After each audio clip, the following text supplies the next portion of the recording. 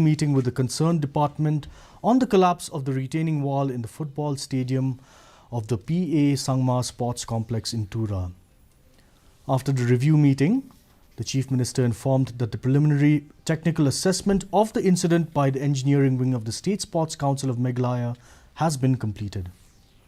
The assessment indicated that due to the ongoing works in Indoor Hall 1 and Indoor Hall 2, coupled with heavy torrential downpour, blockages occurred in the drainage systems, leading to the collapse of the wall, he said. It is only that 10 meters of the retaining wall where the pressure of the entire football field's water collected there. The retaining wall in the preliminary report that has been given to us, the specifications are as per the drawings and the entire details that have been put in, and the retaining wall has been made as per the specifications. So there is nothing wrong in the construction part.